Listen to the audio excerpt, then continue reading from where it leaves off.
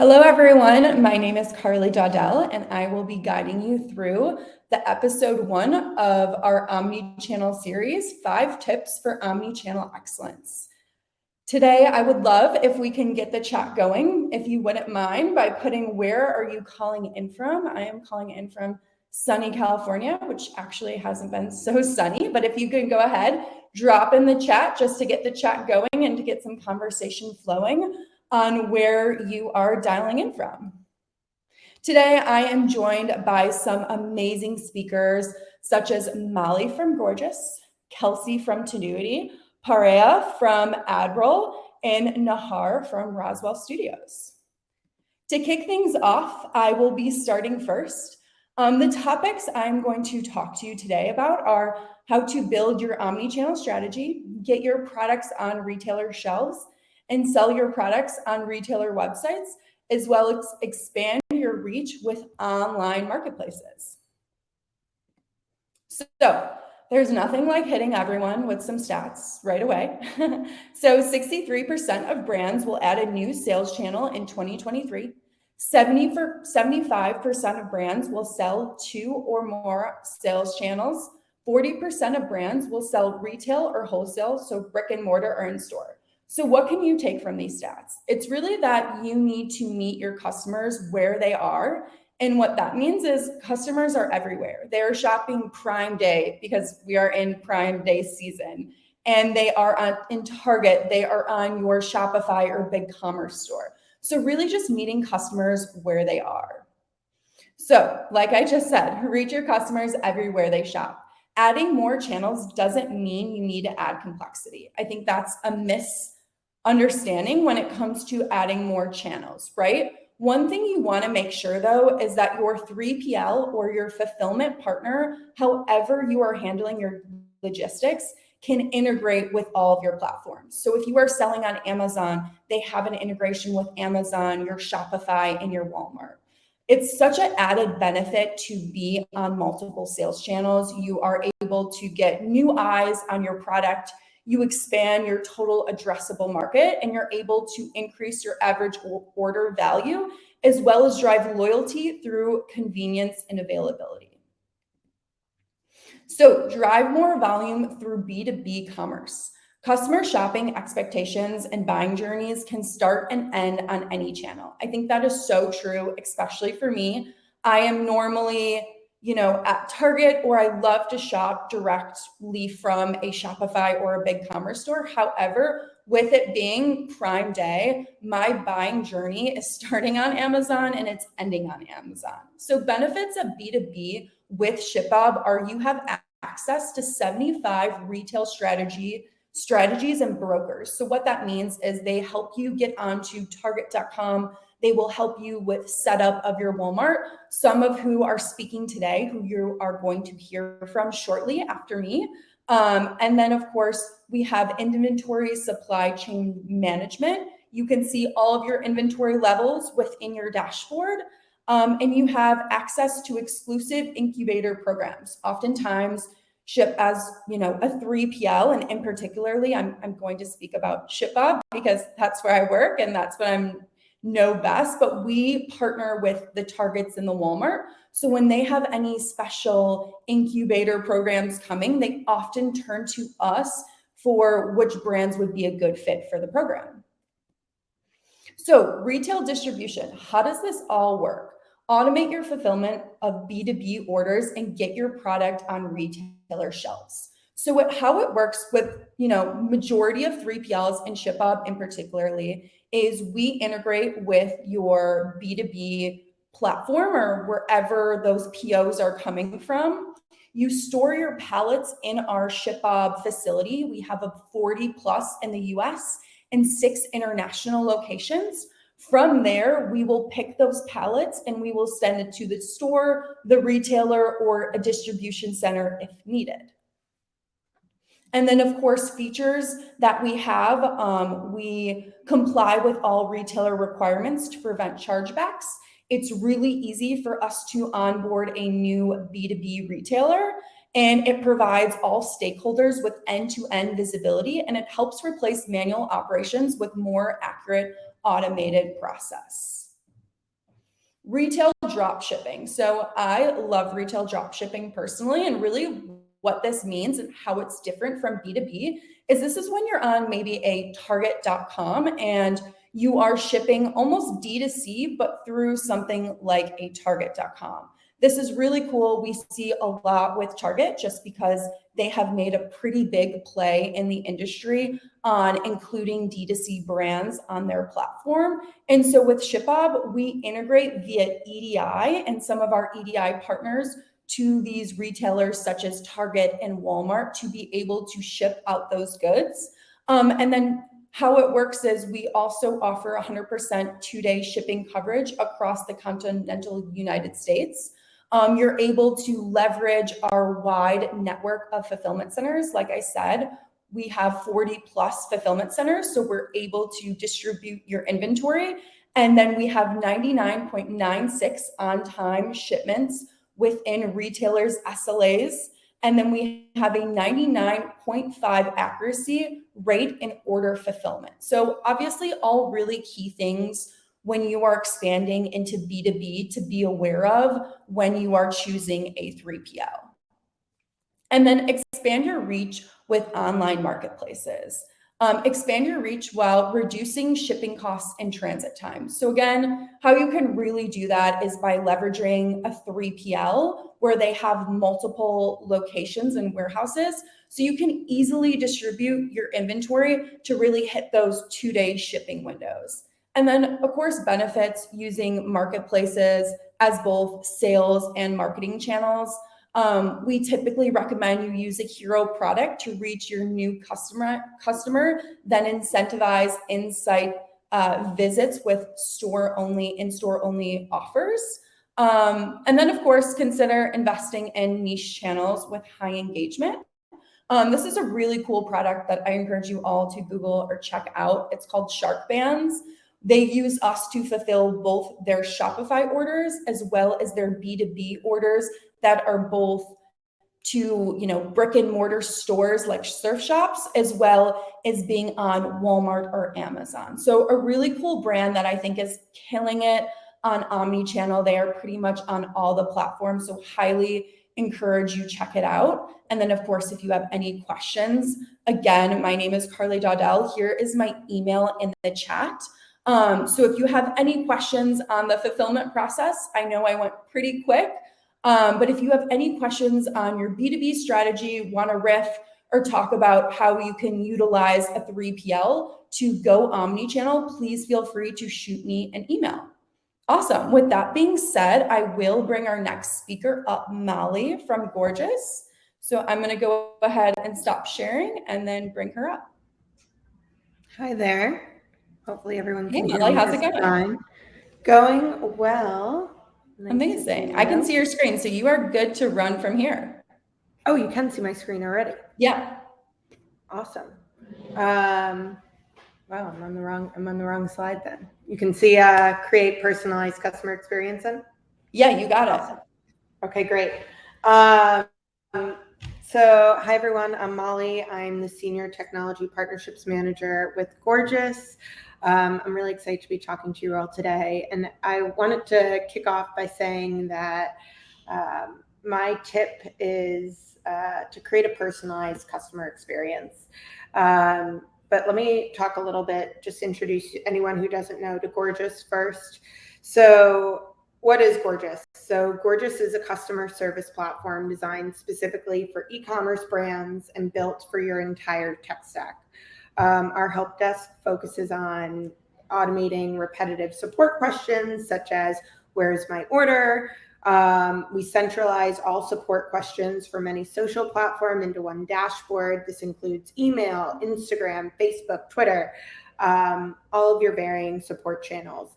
And anytime a ticket is submitted in our dashboard, the customer profile will appear on the right-hand side, so an agent can provide a more personalized experience when replying to a customer question. These are just some of the common customer challenges that I think we're hearing from our clients who are brands about what they're hearing from their own customers. And it starts with, it takes way too long for brands to reach out still. Looking at a high level, I pulled some numbers here, just like a high level industry average. This is just not good when you're waiting 12 hours to hear back from the brands that you love. Brands need to figure out ways to do better than this. Another challenge is going to be a lack of personalization. So people want to make sure that, I'm realizing now, hopefully this is better. I'm realizing you guys can Wait, see I'm going to go my ahead. side I screen. think we're having some technical difficulties here. Do you want to try sharing your screen now? Sorry, Molly. Sure. I'm like, I wonder why that was happening.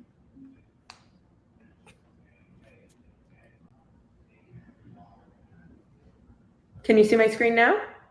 Yeah, all good. Okay, awesome. Sorry about that, everyone. I can see it a bit better now as well.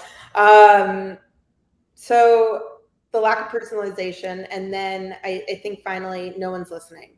So if you say something over email, and then you have to repeat yourself on chat or on Instagram or wherever that might be, and the brand doesn't have visibility across those channels, it ends up being a really frustrating experience for the customer. So we definitely want to prevent that and take action where we can. The price of kind of these challenges are going to be missed sales opportunities and high labor and technology costs. So as customer expectations rise and buyers demand more from their brands, merchants who don't meet these needs, we're going to see that customer support center is really a customer support is more of a cost center for them, and we really want to turn that more into a revenue center. So what we're going to look at here is the missed sales opportunity, right? So conversions. There's three ways in which a merchant might be missing out on sales opportunities. The first is conversions. So support agents are often overwhelmed with support tickets, and therefore they don't have the bandwidth to focus on driving sales. So their customer support technology isn't really going to pick up on customer intent. They don't automatically detect pre-sale tickets or high value customers automatically. And therefore they don't know that they should be prioritizing those tickets to route them to the most appropriate trained sales agents who can help them. Second is going to be social media acquisition costs are rising, and many merchants are failing to boost their social conversion rates to make up for the rising costs.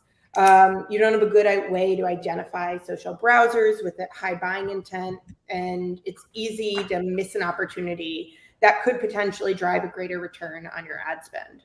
And then finally, average order value, right? That's going to be impacted as well by a lack of context about the buyer.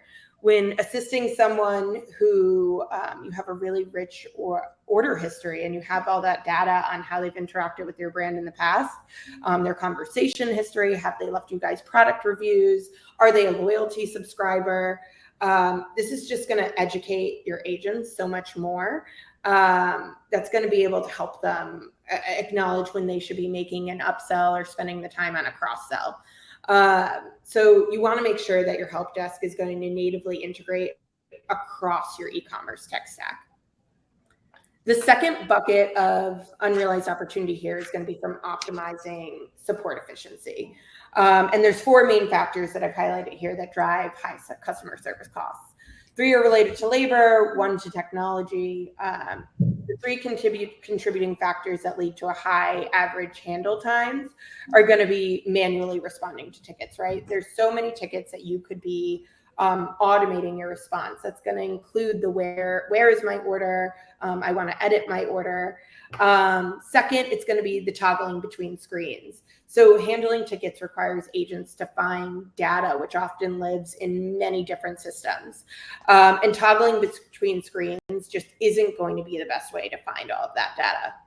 And then third, phone support, which is still surprisingly the most common form of support today. It's really costly because it's time consuming and there's no agent concurrency or the ability to handle more than one ticket at a time. So you're going to want to find a way to maximize your interactions on digital channels.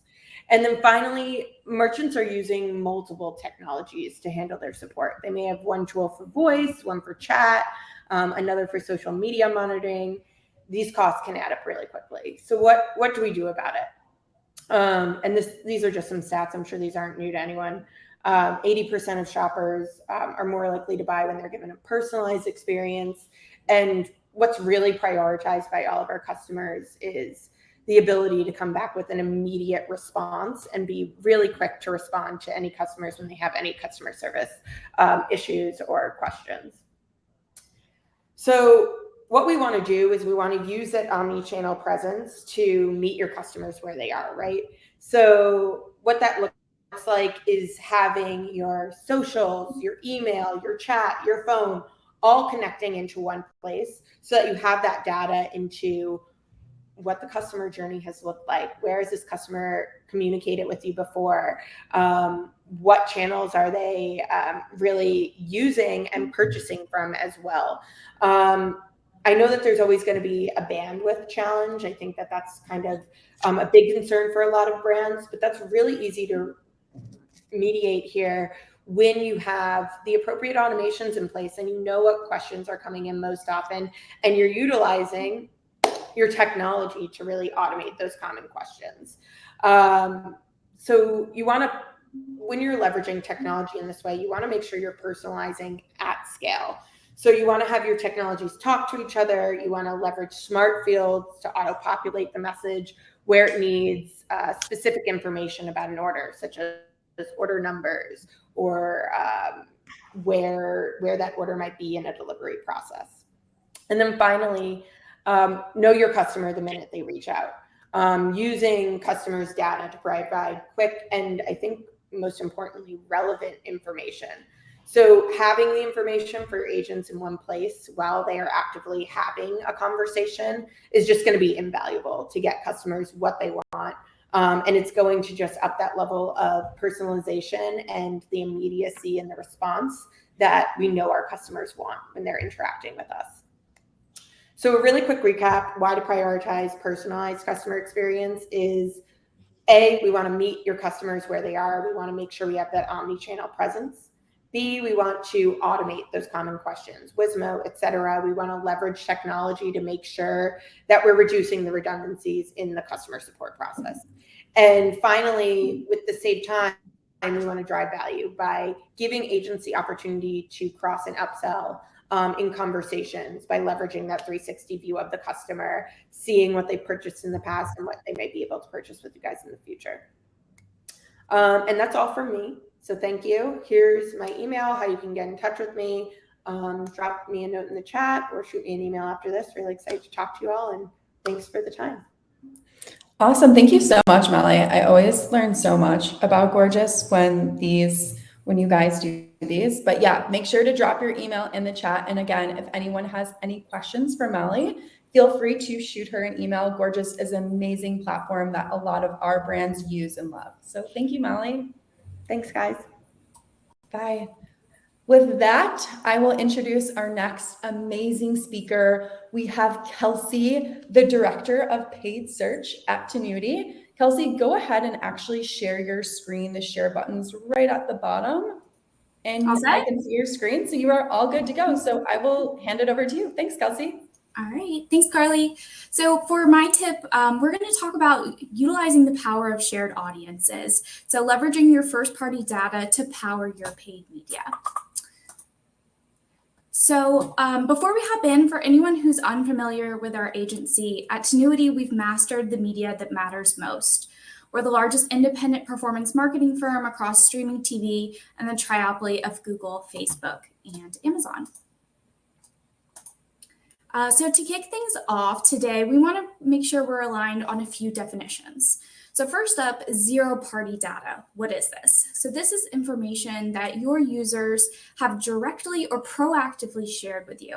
So think filling out surveys, providing you with their experience feedback, fun quizzes to figure out their best type of skincare product, things like birth date, household information. So then we have first-party data. And this is information that we collect about your user based off of interactions with you guys. So this is based off of product reviews, when their last app session was, or what blog articles they've been reading on site. Oftentimes when we hear first-party data, we typically encompass both zero and first-party data into that phrase. So as you can imagine, because these two data types are based off of individual users' actions, they're far more reliable than third-party sources. All right, so why is first-party data so important? So to start, data depreciation. I'm sure we've all heard that. It's like the buzzword of 2023. Whether it's from new privacy laws or changing customer privacy behavior, the loss of third-party data signals. It all leads us with the inability to effectively target and measure campaigns compared to just a few years ago, this also leads us into budget.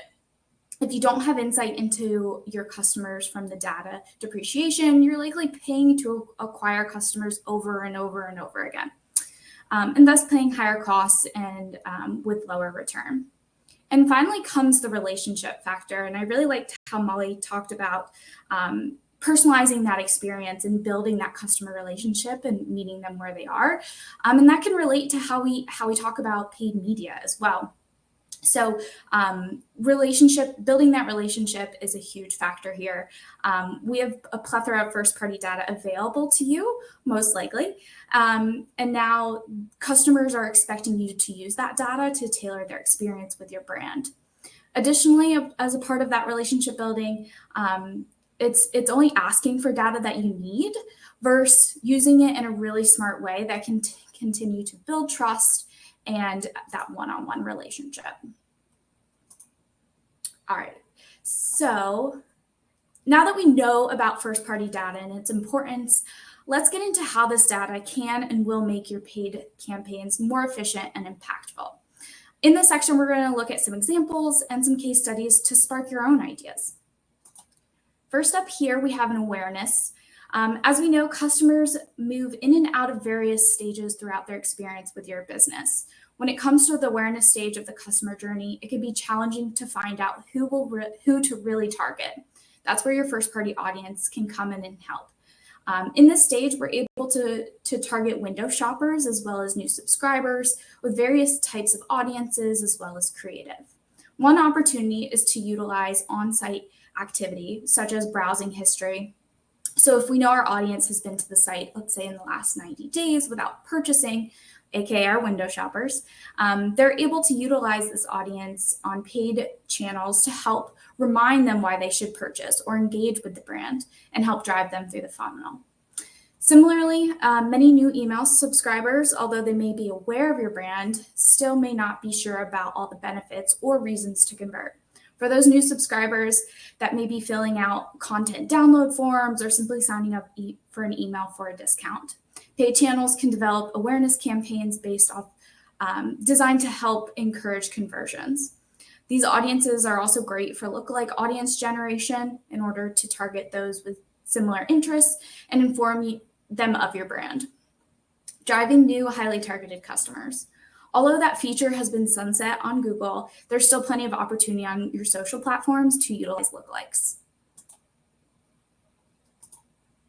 All right, looking at the consideration stage, audiences have taken some sort of step forward towards converting, but haven't yet finalized that transaction. This is where first-party data can really come into play with paid channels in order to best optimize your campaigns and ensure you're spending ad dollars most efficiently. Let's say you're a shoe company. If we know we have women browsing popular categories, let's say ballet flats, but they also are interested in high heels, having that first-party audience of those who are browsing flats more than twice, let's say in the last 90 days, can help create an opportunity for you to cross-sell those heels. Additionally, with cart abandoners who haven't purchased, targeting them with brand messaging, potentially using some dynamic remarketing is a really great way to bring them back and finish that checkout cycle. One client of ours, a shoe retailer, saw some really great success utilizing this exact audience strategy. By setting up brand campaigns targeting cart abandoners, this audience drove a 42% lower cost per order, as well as almost a 40% higher return on ad spend than people not in this email list. So what this allowed for is us to understand that We know this audience is more likely to convert. So when we go to test more high funnel things like YouTube or discovery campaigns, that's the audience we start with first to gain those learnings and kind of cut our teeth, as well as get the client bought in that discovery or YouTube is the right move forward. All right, so next one is now we want them to convert. So we have access to even more data about the customer at this point, opening up audiences we're able to target. So one example is first-time buyers. Not only can we use email marketing channels to retarget them to message to come back again and shop, but sharing these audiences with your paid channels allows for opportunity for similar comeback messaging or new arrivals messaging as they search online or browse their social media. This reinforces your brand and encourages repeat purchasers.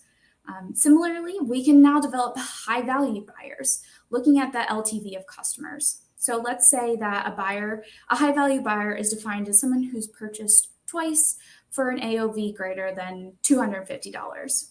Lifecycle channels can pull these audiences based off of purchase data and share them with Google and your social platforms, where you can create campaigns such as VIP early access, used to reinforce the customer status with you. This is also a great audience to use for lookalikes, as we know that these buyers are our most valuable, and we definitely want to be finding more of them. One of our clients, who is a fashion retailer, utilized this high value buyer along with repeat purchasers audiences on social media. This audience, they saw a 23% lower cost per order and a 75% stronger return on ad spend, making this one of their most efficient audiences to target on social. Additionally, we have customer purchase data, such as everyone who's purchased a camping tent in the last 60 days, that can allow us to create efficient messaging for cross-selling.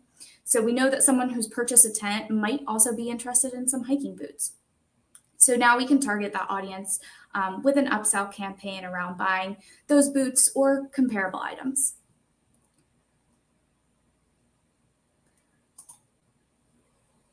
All right, so not all audiences fall into this awareness, consideration, conversion stage, and we understand that. These are examples of a couple other ones that you might want to consider for your business. So we have seasonal shoppers in here.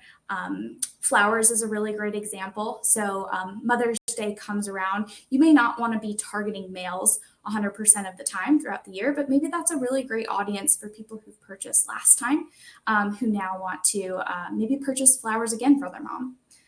We have active on-site audiences, lapsed customers. The list goes on. And honestly, I would encourage you guys to work with your marketing teams to come up with a running list of these and talk about what makes the most sense for your business. So what now? So first, we want to confirm our data source, make sure that the CRM lists that we are using are accurate, and they like to say good data in, good data out. We need that for all of our paid campaigns. Second is layer your audiences in to gain insights first. You don't have to come out of the gate with a big fancy YouTube campaign targeting a certain niche of emails. Layer them on, let them start to accrue data, and let that data tell you what direction to go in with your strategic campaigns and your tentpole activities. Finally, evolve and update. So performance of these individual audiences can shift based off of product inventory as well as macroeconomic conditions. So monitor performance, implement different strategies, and pivot if needed. Don't forget, users are continuously interacting with your brand and entering different stages of your life cycle. So don't forget to refresh that audience list ongoing. And that wraps it up for my piece. Appreciate you having me, Carly. Awesome. Thank you so much, Kelsey. I definitely think I fall into that high volume buyer for a lot of my favorite brands. But again, if anyone has any questions for Kelsey, feel free to drop it in the chat. She's going to stick around for 2 or 3 minutes, or she will share her email, and feel free to connect with her directly. Well, thank you so much, Kelsey. Thanks. Awesome. Well, I have my next lovely speaker, Paria, on stage here. She is head of revenue and growth marketing at AdRoll. So I will go ahead and hand it off to you. And I see you got your screen share all good to go. So feel free to take it away. Awesome. Thanks, Carly. Hi, everyone. My name is Paria, and as Carly mentioned, I head up our revenue and growth, marketing growth teams here at AdRoll, and I'm really excited to walk you through our tip, which is creating a holistic customer journey through digital marketing. So before we dive into how to create a clear customer journey with your digital marketing strategy, let's just start from the top. At AdRoll, we truly understand the value of omnichannel marketing and the impact it has on your overall marketing strategy. However, it is important to understand what omnichannel marketing is and what it is not. A common misconception that I hear quite often is that omnichannel marketing is the same as multi-channel marketing, since both disciplines involve engaging with a customer across multiple touch points. However, in practice, they are fundamentally different from one another. Multi-channel marketing considers each channel to be its own silo and with its own set of goals and objectives. By being in silos, each channel sees an incomplete and slightly different view of the same customer. In other words, it's much more company-based than customer-based. With omnichannel marketing, the idea is to offer shoppers a variety of ways to engage with the brand, learn about the products, and make purchases while also bridging channels and content types that help the customer navigate smoothly to the end of the conversion funnel. It's much richer and personalized experience for the end user, and for that reason and many more, omnichannel marketing is a much more customer-centric approach when compared to multi-channel marketing. 56. That's a big number. The typical retail consumer requires an average of 56 touch points before making a purchase. While I certainly understand that you all want to be at every single touch point, we found that it's much more effective to take it one step at a time to create a full funnel listed campaign that really packs a punch for your end user. So don't worry about doing all 56 at once. You can ensure the best experience by taking the time to plan your omnichannel marketing campaign from start to finish, strategy to debrief, which enables you to meet the customer where they are at in their buying journey. So let's discuss what this actually looks like in practice.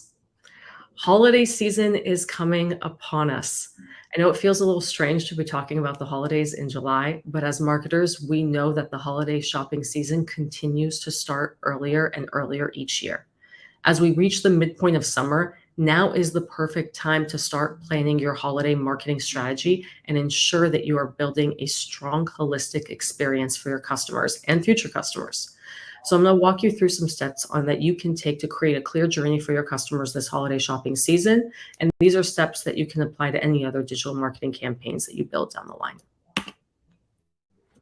We'll start with the fun stuff, determining your campaign theme. The holidays can be a great time for you to think outside of the box and have a little bit of fun with your marketing campaigns. Well-executed holiday campaign themes can reinforce your brand's identity and help solidify your presence in the marketplace. Creating a memorable and cohesive experience will help your shoppers feel connected and recall your brand when they're shopping for themselves or friends or family. When developing the theme, it's important to think about your holiday goals. Say you have a specific product you're aiming to promote. You may have your messaging and imagery to lean into that product. A perfect example of this is Tiffany's.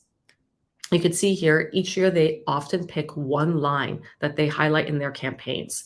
And you'll see in this specific holiday campaign, it was really focused around their Tiffany tea collection and folding that into traditional winter activities. Any of the goals can be great and vary based off your brand, but setting those goals first can help you then create your marketing theme. This stretches beyond just your ad collateral. It's the foundation for your marketing efforts, and it ensures that messaging, visuals, promotions are all consistent across all your channels. So if you have a brick and mortar shop, you'll want to think about tying that in-store experience to the digital one. That way your customers come or leave your shop evoking the same experience that they had online. Step 2, finding your customers. As I mentioned earlier, with omnichannel marketing, it's all about quality over quantity. Understanding where your customers most frequently browse and spend time online will help you to better create a full funnel campaign that reaches shoppers effectively and efficiently. So if you're using a marketing platform like AdRoll, you likely already have these resources at your disposal. For example, our cross-channel dashboard offers marketers the ability to connect all of their marketing channels in one comprehensive dashboard to see how you're acquiring new customers and what campaigns are working and where you should optimize across your campaigns and creative. We also have tools like contextual and lookalike targeting that use data from shoppers who have shopped at your brand and brands like yours to prompt ads and bring new shoppers back to your site. If you don't have these tools or want to dive in just a little bit deeper, there are articles and research that do the heavy lifting for you. For instance, the screenshot I have here is from GWI's Biggest Trends for Social report, and it highlights the details on where certain age demographics and geographic regions spend the most time on social media and what they use it for, whether it's for fun, shopping, etc. So whether you're doing it alone or with a tech partner, the first step is getting a picture of where your customers are so you can understand the type of content you need to create and where you need to serve that content.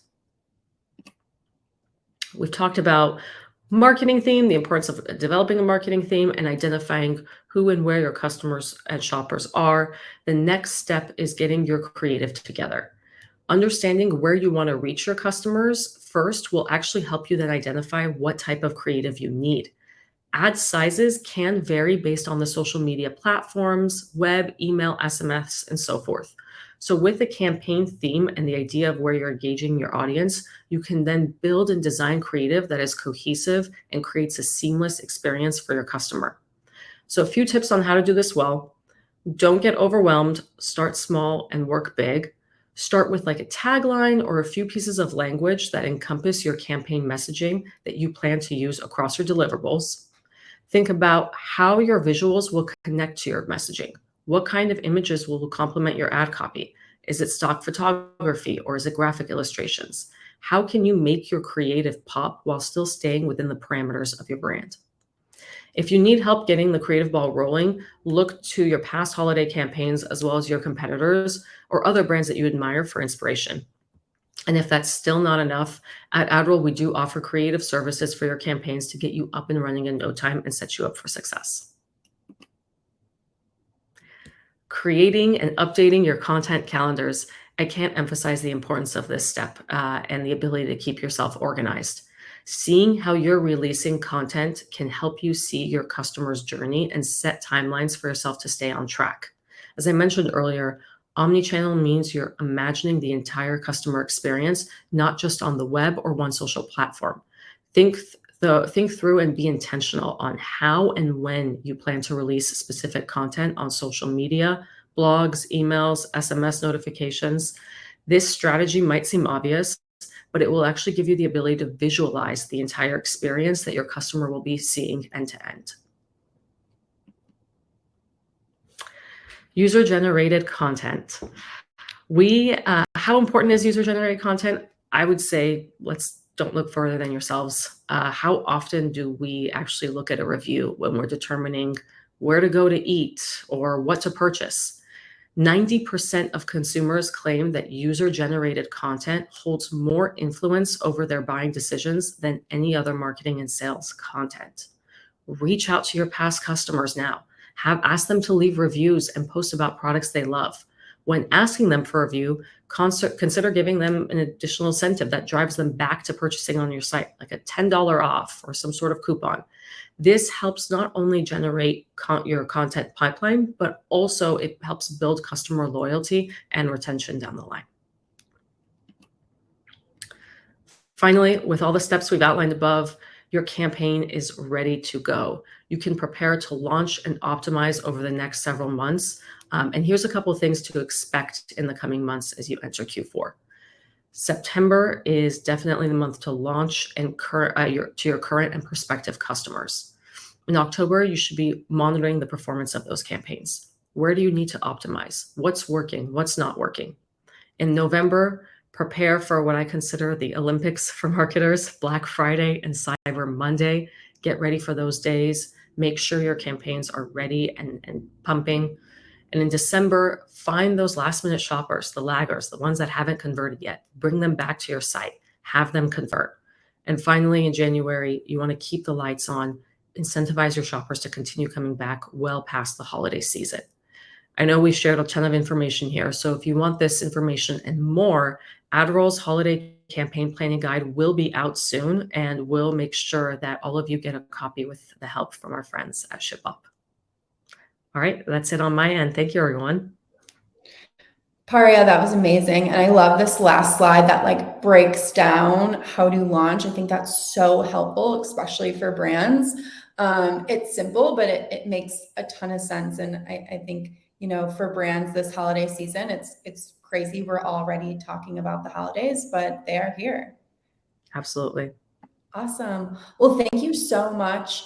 And again, if you guys have any questions for Adderall, go ahead and please feel free to drop them in the chat.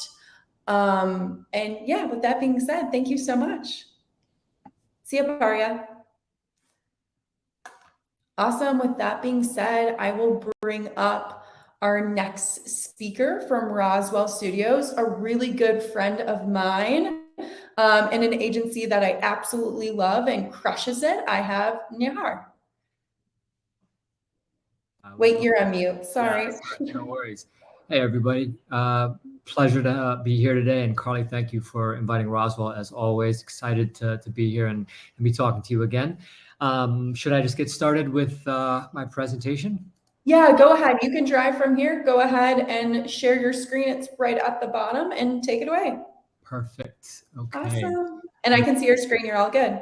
All right. Perfect. Going into slideshow. Wonderful. All right. Well, thank you, everybody. So for those of you who don't know me, my name is Nihar Kulkarni from Roswell, NYC. I am the managing director and one of the partners here. We're a full-service 360-degree e-commerce agency with one mission in mind, that we're in the business of building businesses. With creative, with technology, with growth strategies, we're able to do some incredible things for merchants throughout the Shopify Plus ecosystem. And we're going to talk about one of the most important things today that we provide them on strategy is becoming omnipresent. The strategy of what we're talking about today, the tips for omnichannel excellence. So what does it mean to be omnipresent?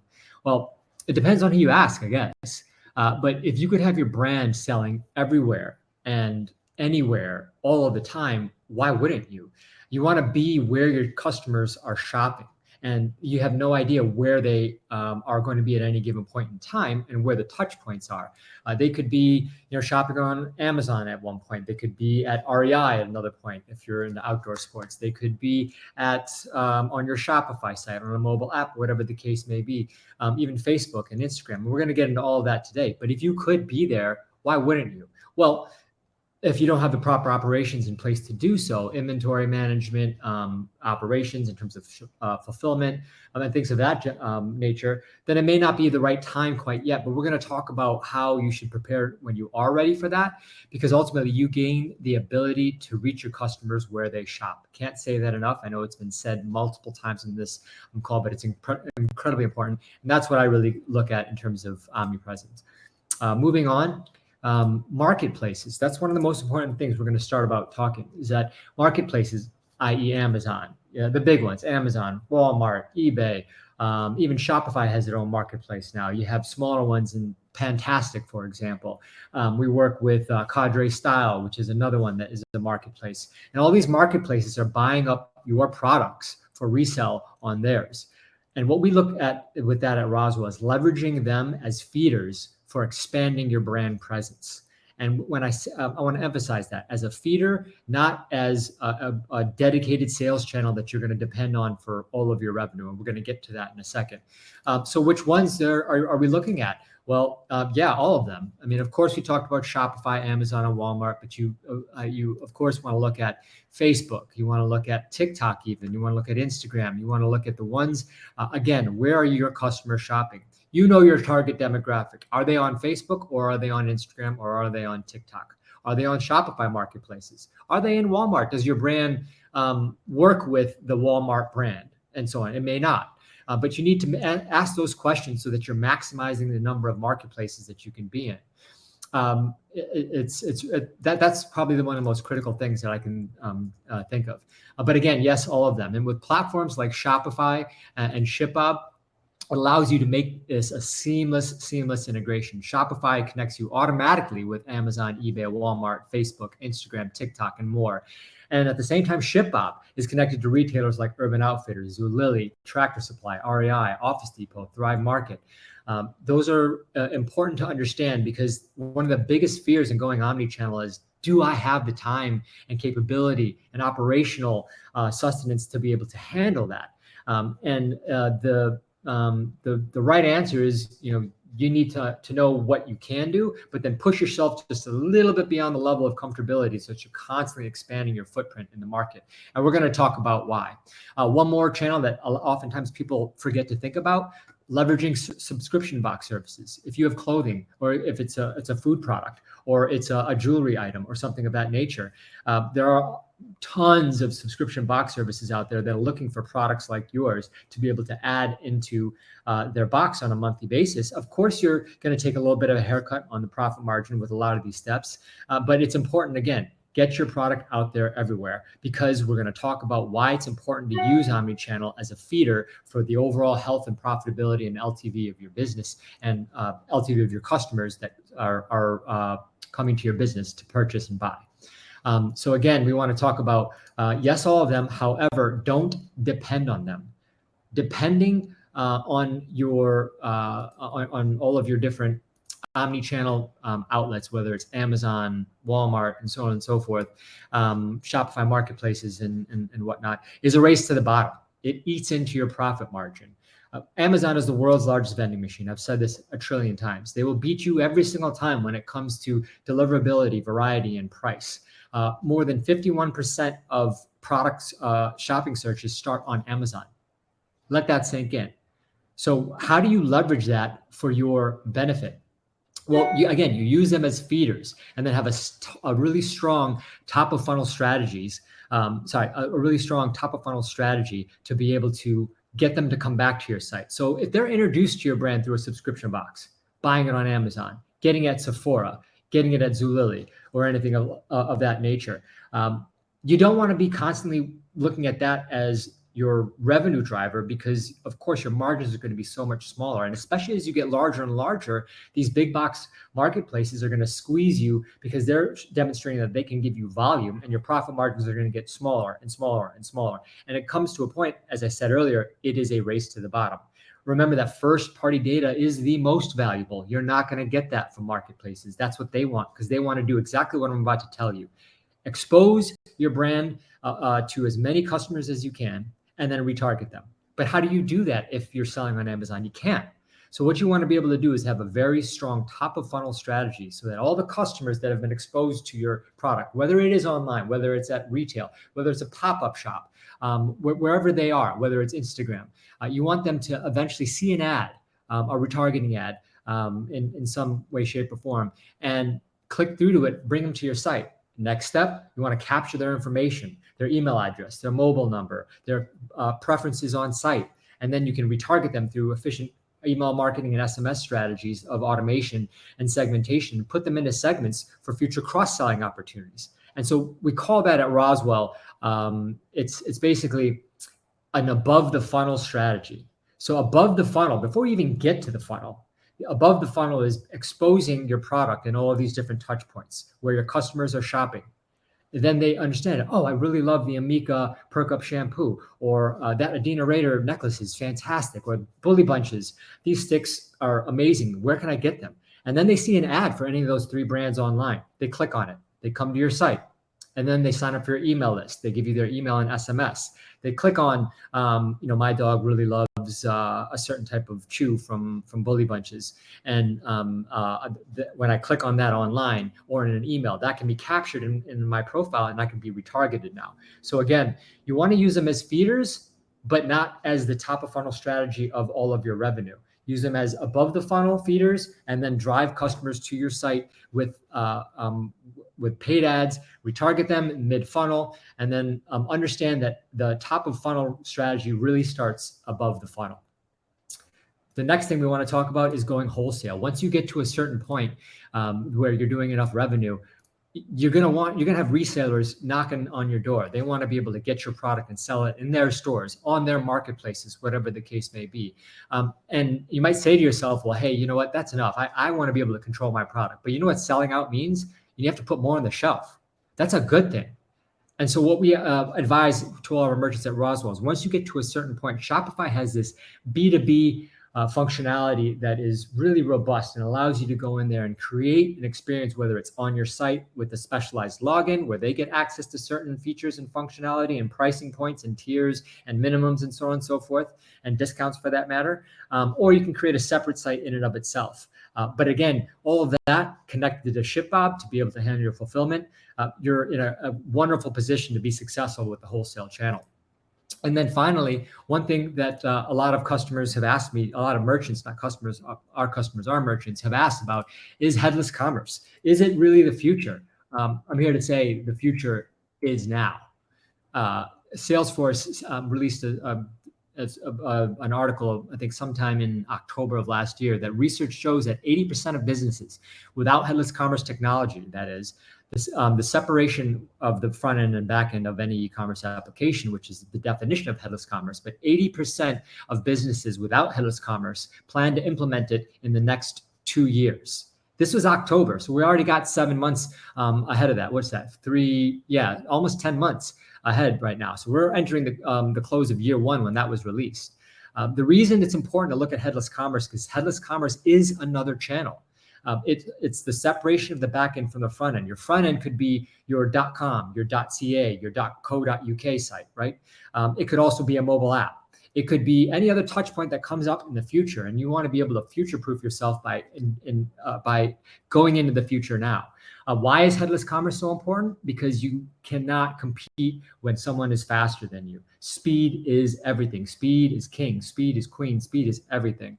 The reason that is that there's an article out there, and you can Google it. It's well found that for every second of load time, and this is based on research from brands like Amazon, Target, Walmart, and more, that for every second of load time that you decrease, you're able to increase conversion by 2%.